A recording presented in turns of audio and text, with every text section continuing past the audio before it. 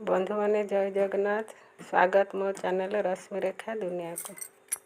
चलो तो बनेबा देसी स्टाइल रे चिंगुड़ी तरकारी।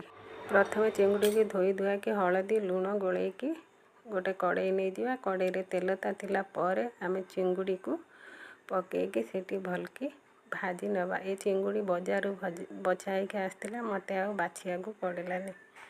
सेपटे चिंगुड़ी भजा हो थाउ समय टिके लगे से भितर मसला रेडी करवा।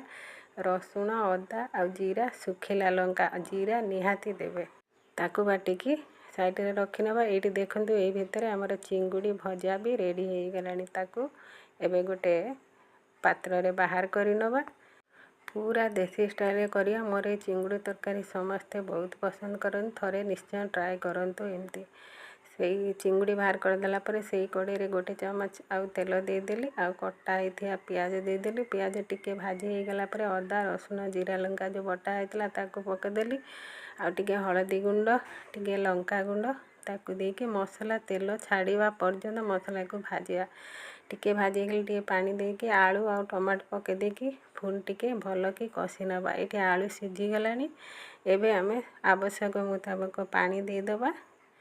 पानी एठी दे साला पर फुटी गलानी। बढ़िया कलर आसी गलानी। एबे भाजी रखिथिया चिंगुड़ी को पकेकी टिके गोलेकी आमे तरकारी को ओल्हे नवा। एठी हमर रेडी हो जाय चिंगुड़ी तरकारी। गरम गरम भात सहित एको परसी नवा। जेती भल लगे मो चिंगुड़ी तरकारी ताने लाइक करिवे शेयर करिवे। रहउची जय जगन्नाथ।